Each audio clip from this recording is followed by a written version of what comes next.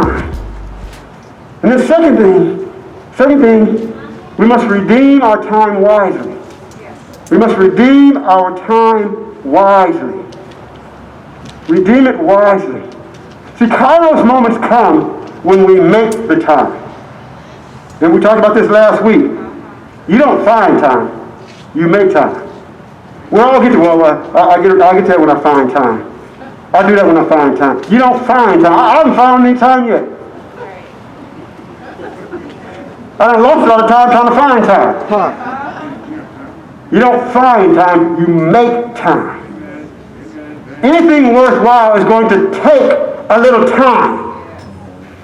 So how do we do this? When I was reading through this, one of the commentaries I was reading, and it opened my eyes to a miracle of Christ in a whole new way.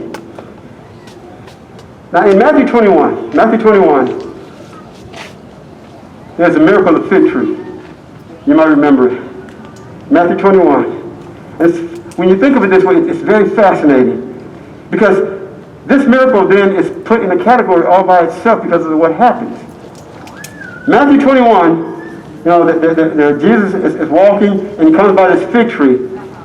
And he goes to this fig tree to get some figs. He's hungry, wants something to eat. And there's no figs on the tree. And so in Matthew 21, verse 19, this is what it says. See, and what makes it so fascinating is every other miracle, when you think of all the miracles Jesus did, they were pretty much life-affirming, life-giving. This is totally the opposite. Totally the opposite. So in verse 19 it says, seeing a fig tree by the road, he went up to it but found nothing on it except leaves.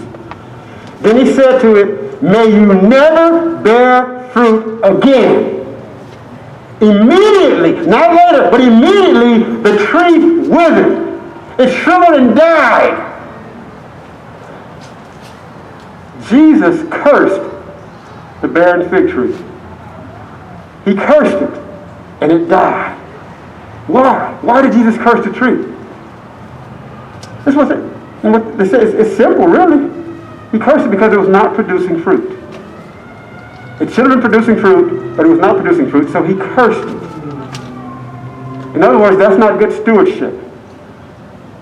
Faithfulness brings fruitfulness.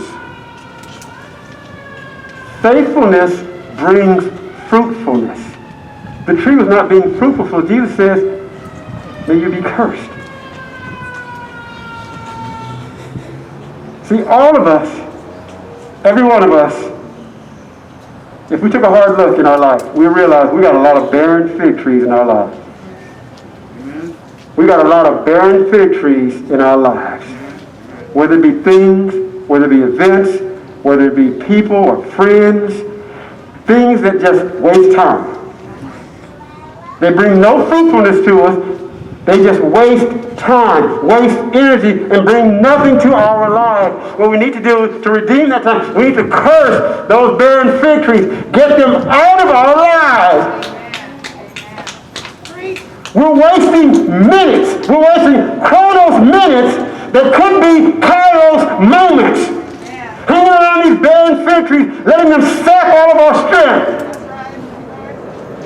We need to monitor the clock, friend.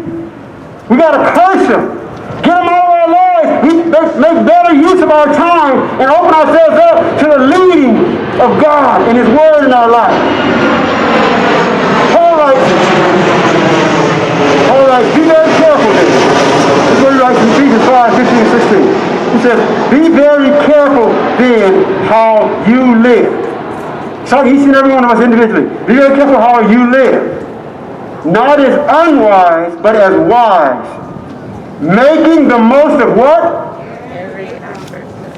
Every other opportunity, right? Okay, only the opportunities on Tuesday, right?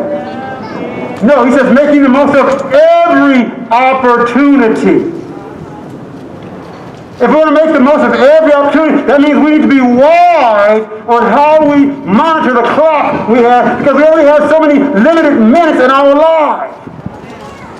And that means sometimes, like Jesus, we have to curse the barren fig tree. No matter how much we love it, no matter how much we like it, it ain't bringing any fruit to our life. We need to get rid of that.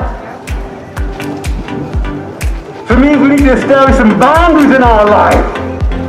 We need to begin to pre-plan our day, our time, to be the most productive, to get the most out of it, because we only have so many opportunities to grow and experience God.